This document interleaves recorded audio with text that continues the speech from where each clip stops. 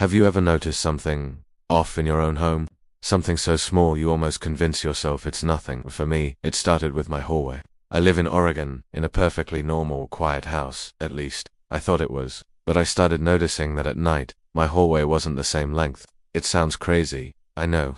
During the day, it was just a hallway, 10 paces from the living room to my bedroom door, standard. But when the sun went down and the house settled into that deep, late-night silence, things changed. The first night I remember walking to bed and feeling like I took an extra half step. I didn't even think about it, really. I was tired, my brain was foggy. I just chalked it up to exhaustion and fell asleep. The second night, it was more noticeable, a full, definite extra step. I stopped dead in the middle of the hall. The air felt heavy, and the single overhead light seemed dimmer than usual, casting long, warped shadows. I turned around and walked back to the living room, then down the hall again. 11 steps. I counted. My heart started to thud a little faster. It was 10 steps this morning. I was sure of it. I tried to rationalize it. Maybe I was taking smaller steps. Maybe the carpet was bunching up. I even pulled out a tape measure. It was exactly the same length as it was during the day. I felt foolish, standing there in my pajamas with a tape measure at 2 in the morning. I told myself I was losing my mind, just stressed out from work. The third night, I was dreading it. I sat on the couch until almost 3 a.m., putting off going to bed. Finally, I couldn't keep my eyes open any longer. I stood up, took a deep breath, and started walking. This time, it wasn't just longer. It was narrower.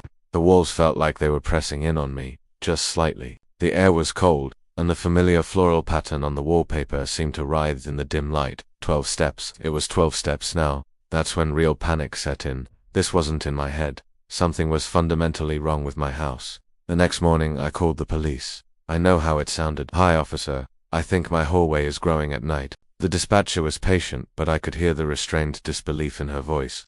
They sent a patrol car, more for a wellness check than anything else. 2 officers came. They were polite, professional. They measured the hallway. They checked the walls, the foundation.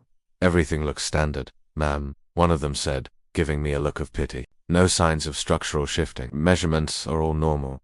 Of course they were. It was daytime. The hallway was behaving. They suggested I talk to someone, maybe get some more sleep.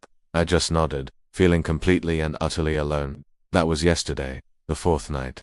I spent the entire day in a state of high alert, watching the sun dip below the horizon with a sense of impending doom. As darkness fell, the house grew quiet again. Too quiet. I didn't want to go down that hallway. I thought about sleeping on the couch, but I had to know. I had to see. With my phone clutched in my hand, I stood at the entrance to the hall. It looked longer already. The end was shrouded in a deeper darkness than before. The light fixture flickered, buzzing faintly. I took the first step. The floorboards didn't creak like they usually did. It was like walking on packed earth. The walls were definitely closer, so close I could feel the textured wallpaper brushing against my shoulders on both sides.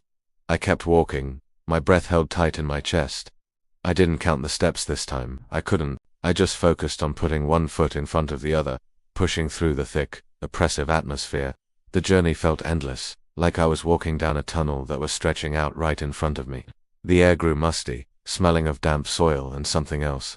Something old and decayed. Finally, my hand, outstretched in the dark, hit a surface. But it wasn't wood. It was cold, rough, and slightly damp. It felt like stone. I fumbled for the light switch on my phone, my fingers shaking.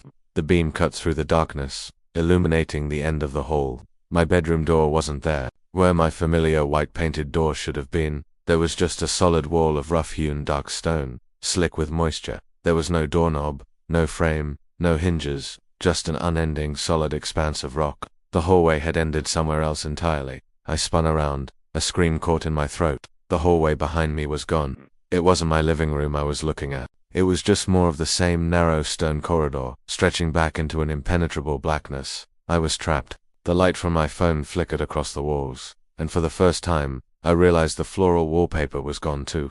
The walls were weeping some kind of dark fluid, and embedded within them, I could just make out shapes, faces, distorted, silent, screaming faces, their eyes wide and their mouths agape, trapped within the very structure of this new, impossible place.